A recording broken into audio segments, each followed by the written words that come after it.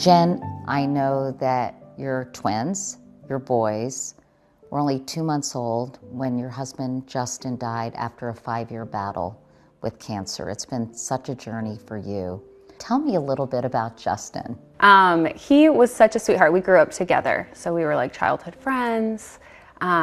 He was shy, but once you got to know him, like everyone wanted to be around him. He was diagnosed with cancer. When that happened, what was your reaction? Just complete shock, because he was 24, young, healthy, just never thought this could be me. He went into remission, I know, for 8 months, and then the cancer came back. And realizing that this may be your last chance, you decided to start a family. The vibe of it kind of changed from like, okay, let's get Justin healthy and so that he can be here. And at some point it kind of was like, let's get him to this birth. And the whole time during my birth, he held my hand. And I mean, right, you have nurses, doctors, it's loud, my doctor's yelling at me like, okay, push, push, push. But all I could hear was his little, like, very faint voice. He had a very, like, kind of raspy, it wasn't his normal voice because of his lungs and all this stuff. And I could just hear, like, you got it, Jen, like, you can go, like, and I just, like, honed in on that. And it got me through, and Everett came out, and Justin was able to hold him for a moment, which was amazing. Just hearing this story breaks my heart, just envisioning you, a brand new mom, a husband who is so fragile, who is, you probably know, isn't going to be around. It was a lot of big feelings in a short amount of time. Like, here he was, you know, like welcoming life and life leaving. I was trying to take care of newborns, but also, you know, make sure I spend time with my husband who wasn't doing well.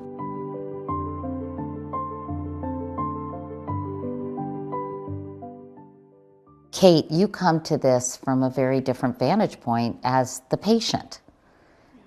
Tell us your story about being diagnosed with colon cancer at age 35. I had just gotten my PhD. I had a great job. I had this fresh, gooey little baby that always smelled like applesauce and cookies, and has these huge eyes. And I married my high school sweetheart, and it felt, the world felt good and safe and like full of possibility for like a second there. But I was having these weird stomach pains, and I have no cancer in my family, so I didn't really have like any apocalyptic thought that it would be anything worse than something. They thought maybe like a glitchy gallbladder or something. I thought everything was fixable, you know?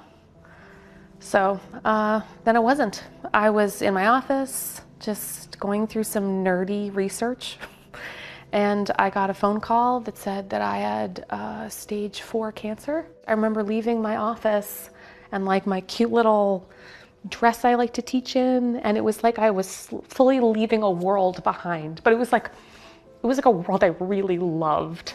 So it was kind of like that was sort of like the end of a life. Do you constantly feel as if the sword of Damocles is over your head, or have you been able to get to a point where you don't think about it? I mean, that's so hard. Yeah. I think it depends on when you talk to me. If it's 2 a.m., then I would say sometimes I'm really scared and I don't think I'm going to make it till 50. You know, but 50 already felt so great, so why am I complaining? Like, it's just a tick, tick, tick. And then 2 p.m., I would say science is incredible. I can't believe I made it so far. I could, you know, become cryogenically frozen and live forever as like a beautiful vampire, you know? So. Elua, you are here from another perspective.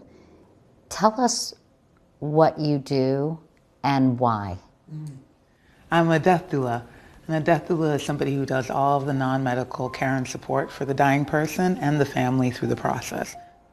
About 10 years ago, I was working at Legal Aid, as a lawyer, terribly depressed, doing domestic violence and sexual assault work, wasn't really using up all the parts of my body and my soul that I knew were available. And I went on a medical leave of absence because I felt that my disease had progressed to a point where it would eventually kill me. Your depression. Depression, yeah, which is a terminal disease if Right. left untreated. And so I went on a leave of absence at that point and went on a trip to Cuba, where I met a young woman on a bus, a fellow traveler who had uterine cancer. I discovered a lot of things about her, that her death was something that she was living so closely in relationship with, but it was a private relationship. It was a secret one that she couldn't talk to anybody else about. Because when she would, people in her life would say, you know, focus on the bright side, or you're going to get better, or don't even think about that. She had a psychiatrist through her oncology program, but he was talking to her about living with disease. He wasn't talking to her about the possibility of dying. And so at that point, I got pretty clear I wanted to support people in preparing for their death.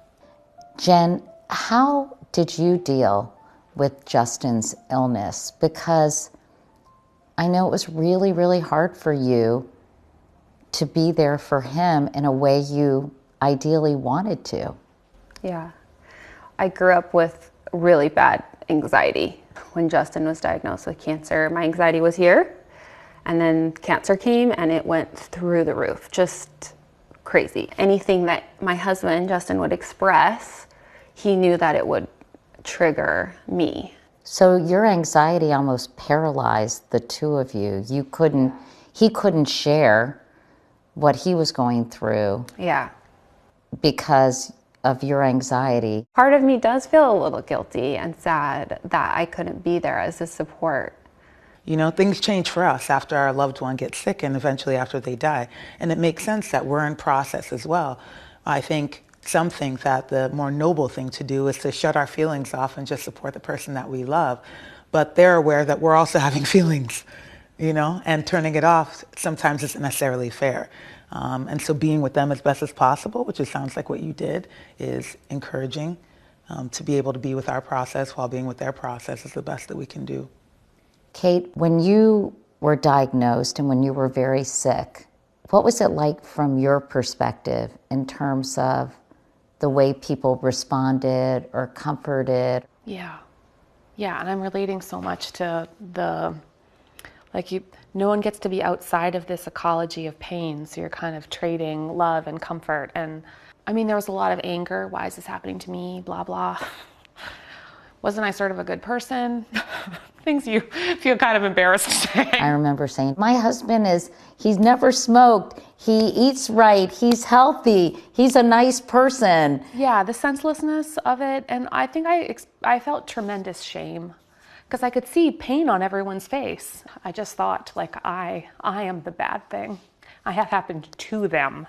And I think that made me much less likely to be honest. So when I was scared, I didn't really want to tell them. I just felt like they're carrying the weight of all this love. I found honesty was one of the first casualties of being sick. I remember my husband saying when he was very sick, having cancer is the loneliest experience in the world. And it broke my heart because I think he must have been so alone in his fear and pain and sadness and everything you deal with. How do you help someone feel less alone?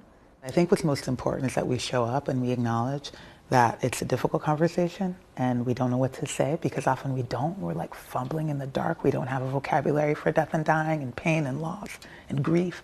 But you show up and you show up with a lot of love and make yourself available. I think there's a common misconception that our job is to help people get better, help people accept their death or come into recognition of the fact that they're dying or something of the sort. But my job is really to be with people where they are.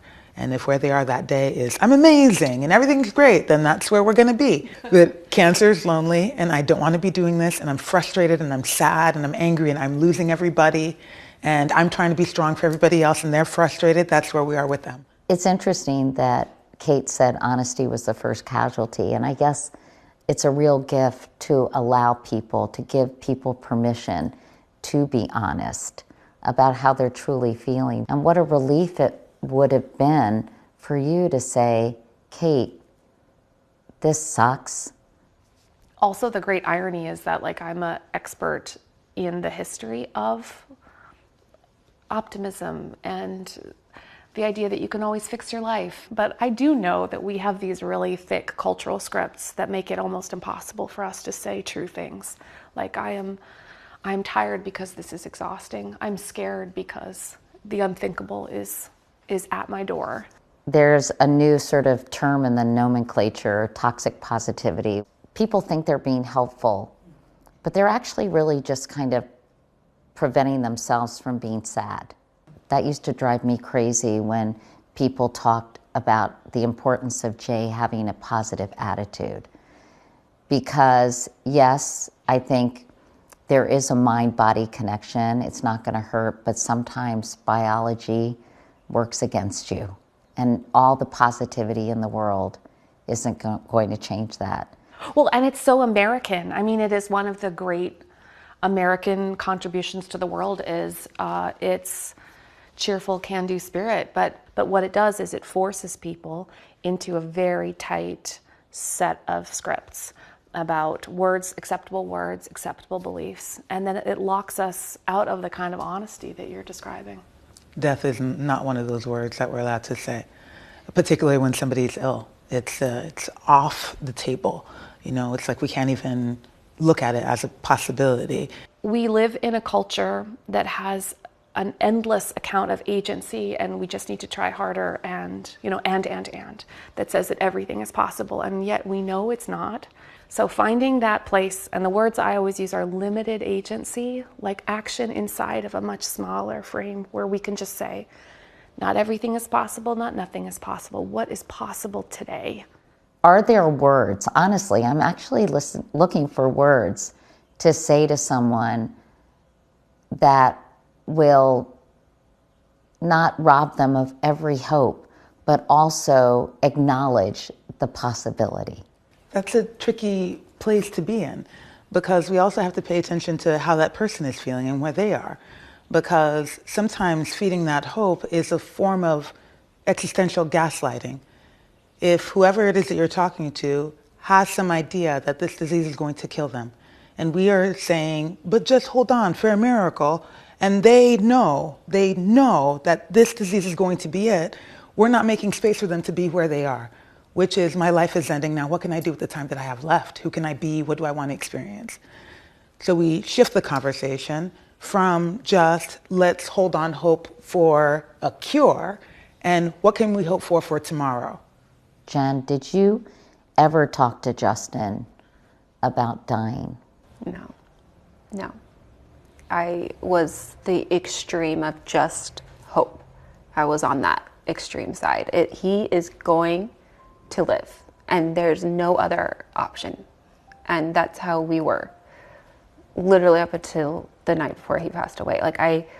Even the morning when he woke up and he wasn't breathing and they were doing CPR, I was like, he's still gonna be okay.